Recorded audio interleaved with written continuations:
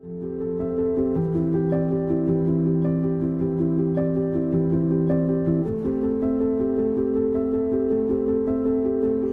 and welcome back to No Notes. This is VL8, and in this video, I am going to help you learn how to create a practice routine to get the most out of your practice time.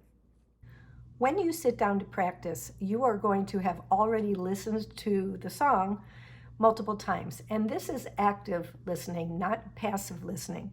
So you're not going to be doing other work while it's playing or having a conversation while it's playing. You're going to be actively listening for specific things. First thing you're going to listen for is the melody. As we know, that's the most important part of the song, followed by the harmonies. So the vocals are the first thing you're going to listen to when you're listening to your song. Then you're going to be listening for the chord changes, and by that I mean when the chords change or the chord progression. This is not easy at first, but this will develop with time. Your sense of hearing for music is going to develop with time, so eventually you will be able to hear when the chords change. And then you're going to be listening for specific sections of the song. So your songs are going to have a verse and a chorus. Those are pretty standard. Most of your songs are going to have what's called a bridge, and then some of your songs are also going to have what's called a tag. And your verse is going to repeat this with the same melody, but the words are going to change. Your chorus usually comes after each verse, and the chorus will be identical each time. And then your bridge is a section of the song that sounds different than the verse and different than the chorus. It's unique in its melody and its words. And it's called a bridge because it's connecting the beginning of the song to the end of the song. And then your tag is a last line of either a verse or a chorus that repeats. And that usually happens towards the end of the song as well. After you have done your active listening, you are going to begin your practice routine. And the first part of your routine should include a warm-up. If you think about an athlete's not going to jump into the most vigorous part of his workout before warming up. The same thing is true for keyboard. You want to have a warm-up before you jump into the song. The drills that I gave you in the past videos with the triads are a great way to warm up. When you go to play, I recommend that you use what's called a metronome. And a metronome is a device that is going to keep the beat for you. It'll either have a beep or a tick that is going to keep your steady beat. And that replaces a drummer for practice purposes. You can download a metronome app for free on your phone, or if you wanted to use your phone at the same time, for example, if you were playing with a song on your phone, then you might want to purchase a separate metronome. And I purchased this one very inexpensively. I think it cost me $9, and it does all I need.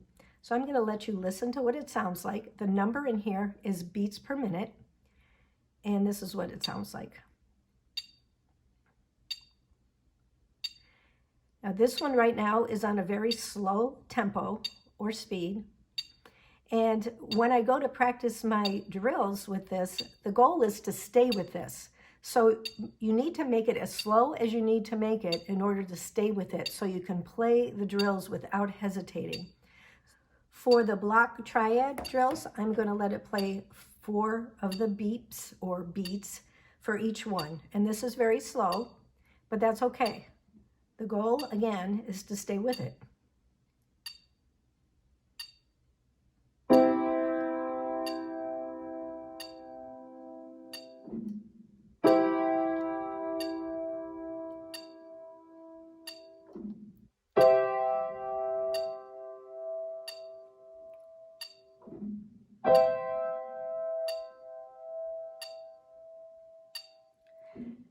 If I were playing those triads broken, I would group them in 3s, like this.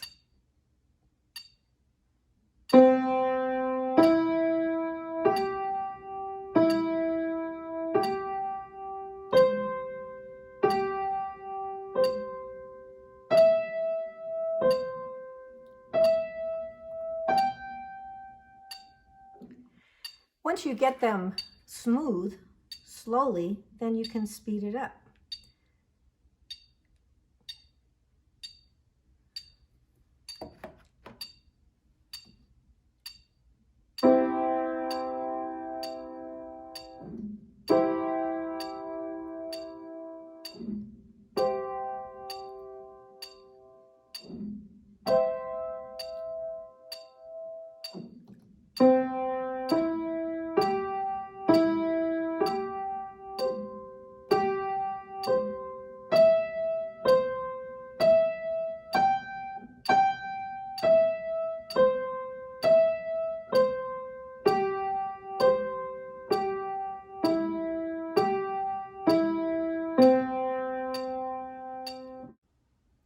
when you go to practice your song, you are not going to start in the beginning and play to the end each time.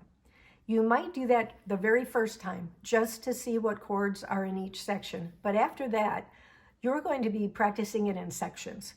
So for example, we would take the verse and we would go through the chords on the verse and see very slowly and see where you're having trouble transitioning from one chord to the next.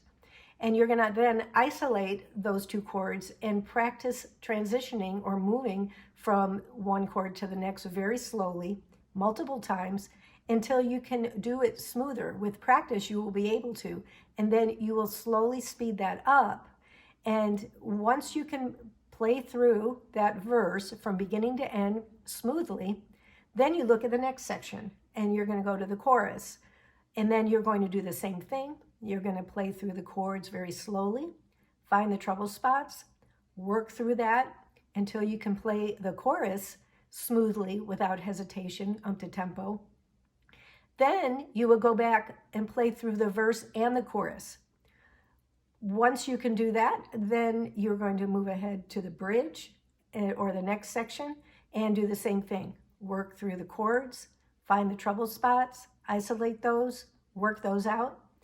And eventually you will be able to play from the beginning of the song to the end of the song smoothly in time. So that is how you are going to break down your song to be able to get the most out of your practice time by practicing in sections. If possible, you should find a recording in YouTube that has the song in the same key. And I have included what I called play along throughout the No Notes method that is giving you just that. So not all songs I could find, but those that I could find in the correct key, because if it's in a different key, it's going to be difficult to play along with it. You're not going to want to do that. If it's in the same key, it's great practice to play along with the YouTube videos, because then you really feel like you're part of that group and you get the idea of how it feels to be playing on a worship team. In the next video, I am going to demonstrate that practice method that I just described with another worship song. Have a blessed day.